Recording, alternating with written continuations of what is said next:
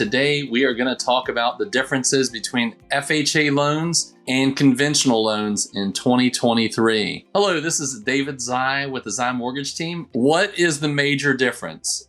I'm going to go ahead and tell you the biggest difference in FHA versus conventional is on a conventional loan, you could actually use the conventional loan to purchase your primary residence, a second home, or an investment property. With an FHA loan, you can only use it to purchase your primary residence, and you have to live in it for at least 12 months. So let's really go down line by line and break it down between the FHA and the conventional loan and who this is best for, okay? Monthly payment, down payment, credit scores, debt to income ratio, all those things go into this. So we're gonna start with the minimum down payment first on an FHA loan versus a conventional loan. What is the minimum down payment? We're gonna go with just primary residences first. On an FHA loan, the minimum down payment is 3.5% of the purchase price. So on a $100,000 purchase price, it's $3,500. On a conventional loan, it's 3% would be the minimum. Credit scores are gonna range on both of these. FHA is gonna allow you to go down a lot lower on the credit score. So we can actually go down to a minimum of a 500 credit score. However, between 500 and 579, you are gonna have to put down 10%. And with a 580 plus credit score, it only requires the 3.5% down. On a conventional loan, you're gonna have to have a minimum of 620 credit score in order to even think about a conventional loan. Debt to income ratio makes a huge difference on these. And the debt to income ratio is basically what it is with your income before tax versus what your housing payment would be only, and that's on the front end. And then on the back end would be your housing payment plus any additional debts that you may have, whether they're reporting on the credit report or not. So things that report on a credit report would be like credit cards, installment loans, mortgages, student loans, auto loans, all these different things. With that, the debt to income ratio on an FHA loan is typically 31 on the front end, 43 on the back end, and as high as 46 on the front end and 56 on the back end. Whereas conventional is typically going to be a 45% cap.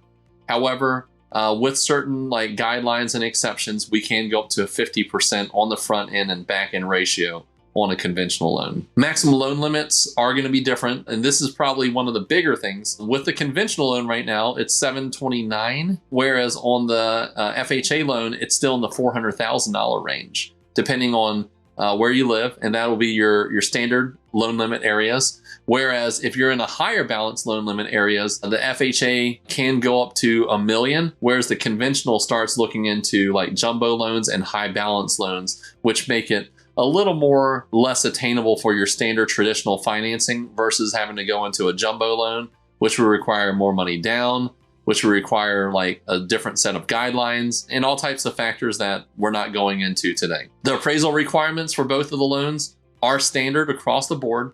They typically will require an appraisal for an FHA and a conventional loan. However, conventional loans do have appraisal waivers, okay? And we're seeing that quite a bit. And it's really important that when you're getting an appraisal on a conventional loan, that you talk to your loan officer to make sure that they're running the underwriting findings through both underwriting engines. So we have dual AUS with our wholesale mortgage lenders. So we can actually run both at the same time. And we'll look at the findings and compare it and say, hey, this one's gonna require 1 month of bank statement. This one's gonna require 2.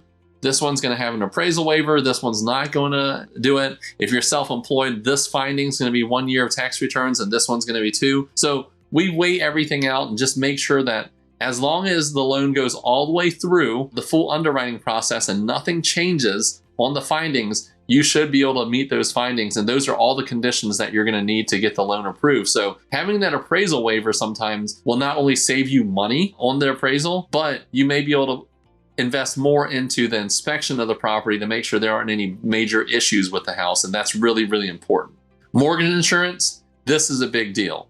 On the FHA loan, you're gonna have an upfront mortgage insurance and a monthly mortgage insurance, whereas the conventional loan, you can choose between a lot of different options. And if you put 20% down or more, you're not gonna have any mortgage insurance at all. The different options of conventional mortgage insurance that you can choose are typically gonna be monthly mortgage insurance, 10% down or more, you can finance it into the loan, upfront premium. Or if it's less than 10% down, that can be paid out one time, bought out, and you don't have any monthly mortgage insurance, or you can have a split. So you can have a lower upfront and a lower monthly, and that's typically a decent option as well, and it's more in line with the FHA. We talked about the occupancy. On FHA, it's only going to be for your primary residence, and you have to have the intention of living there for the next 12 months. And then on the conventional, you could use it for everything: primary, second home, and investment. Now, I will throw this little curveball in there for you, okay? And this is a tip that's really important, especially for all of our bigger pocket fans and house hacking fans out there, and that's going to be multi-unit properties. On a multi-unit property, on the FHA, it's only 3.5% down.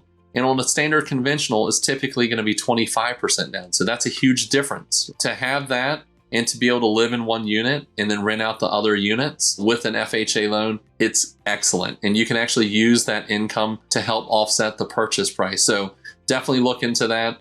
The loan limits increase with the 2-unit, 3-unit, and then the 4-unit. And then finally, I would say Streamline refinance.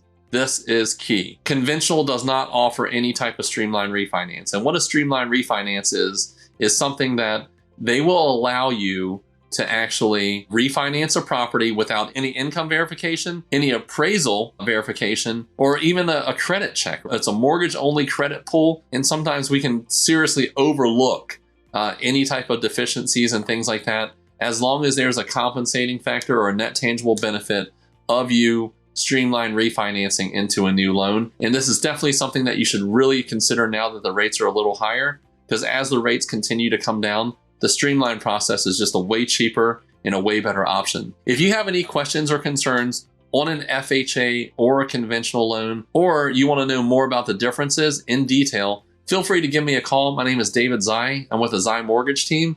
I can be reached at 757-478-8493. And I'm just saying, give me a call.